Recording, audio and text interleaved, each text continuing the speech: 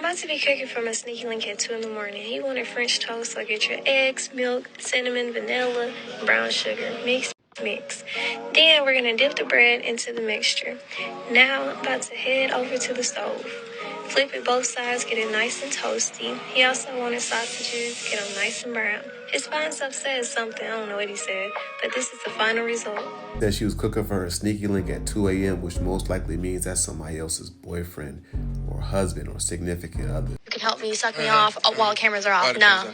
None of that's happening. I've had talent tell me that. Yeah. They set the record straight. For sure. Unless they're feeling you, then they'll be like, all right, we can still do it. Yeah. And I'm like, no. Okay, so you just strictly there for the business. Yeah. The camera's off. I ain't touching you. That's just... Even if you're attracted to him? Yep. I ain't there for love. I got you.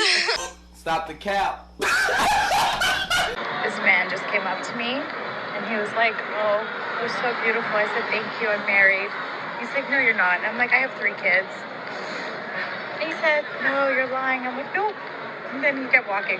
It worked. So for all of you cisgender women, naturally born women who think that trans women... Not naturally born, again. Not naturally born. Nothing about it is natural. I told you I make mistakes. Nothing about that is natural. Okay, so what I'm saying is... For women, what's the language I should say? Assigned female at birth. Okay, so for women who are assigned female at birth and stick to that, and for whom that is consistent with how they identify, and for whom that's a lot of words. Who stick with it? Okay, you are in a commitment for a stance. Yes, do the work. Yes, do the work. Come on, teach me. Say it again. Do the work. Do it again. For whom? For whom? It's consistent with how they identify. Okay, so for women who were assigned female at birth, and it's consistent with how they identify. That's right. Right. He talking to him like a grown man talks to a kid. That's what happened when you in Hollywood. You gotta say things the way they want you to say it. Anybody gonna tell me what I should and shouldn't say. That's my right and my right alone. If I said naturally born female, who are you to correct me? He said you gotta say assigned female at birth. What? If you wanna say that, that's cool. But you're not gonna tell me how I'm gonna say it. I don't give a damn about monogamy. I am fully prepared to have a conversation with a woman about our man. About making sure that we're doing our part to love him properly. But I don't require to be the only. I require respect. I require honesty. I require love. I require integrity. I don't require to be the only energy that you share your essence with for the rest of your duration. I don't require that from you.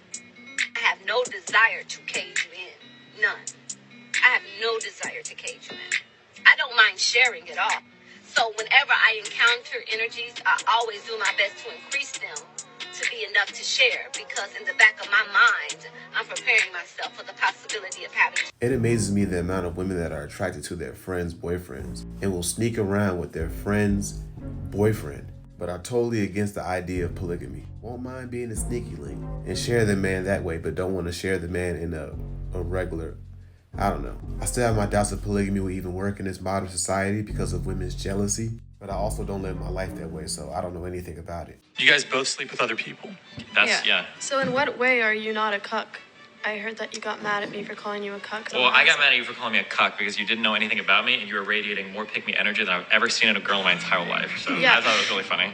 But how are you not a cuck is what I asked. You know what a cuck is? Yeah, what is a cuck to you, I guess? You know, someone like Sneeko, someone who sits in a chair, someone who watches. No, someone who watches their woman get fucked by another man. Yeah, I don't sit and watch my woman get fucked by another man. Someone who allows that. Well, someone who allows it is just somebody in an open relationship.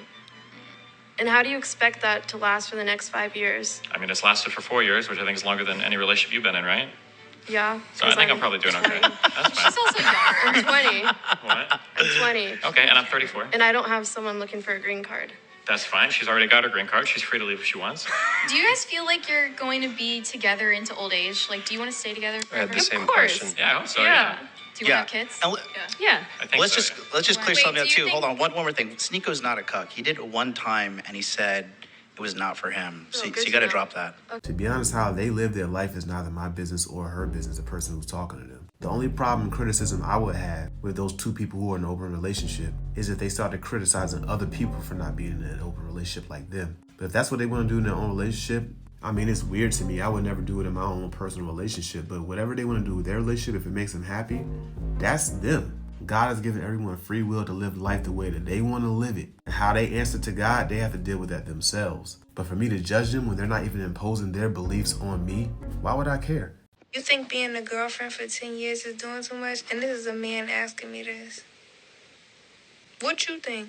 How would you like to be at the same place for 10 years? What if you worked at a company? What if you came in and started a company and been there 10 years? And with no promotion, no pay increase, no nothing, just vibes, cartel. Not a single thing has changed for you. Your paycheck is the same every 2 weeks. Exactly. You want to fucking move on and get another side hustle or quit that motherfucking job. So yes, my answer to being a girlfriend in the same position, the same life, the same lifestyle, same place, 10 years is motherfucking arbitrary. But men are mass manipulators. And I know this for a fact. I've watched the shit that men do to convince women that what they're in is what they've chosen to do is mind-blowing. We've been in this. We here. We don't need marriage. Marriage is just a piece of paper. Society is built off meaningful pieces of paper. Your high school diploma, your college degree, the deed to your home, the registration to your car, $100 bill. We are all pieces of paper, valuable pieces of paper. Her argument is weak because for everything that she stated, you need a piece of paper to legally operate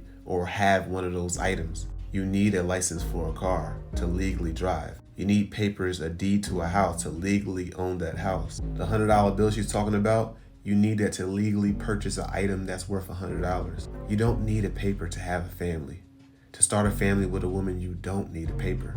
They have not made it against the law to start a family with a woman without a piece of paper. That is a choice that people make to get a certificate that proves that they're in a relationship, which is mainly for the woman, that gives the woman far too much leverage in a situation if there would be a divorce. This is why guys think I'm too good for them, and they literally cry and beg for me to be their girlfriend. No, I'm not kidding. I'm gonna tell you exactly what it is that I do. So number one, you need to really act very unbothered by men and not really show like this really strong emotion for them as if they're God's greatest gift to you, because they're not. Some men can be a gift, of course, but you never treat them like that. Like, oh my gosh, you're this. Oh my gosh, you're that. Oh my gosh, you went out and you talked to another girl. Okay.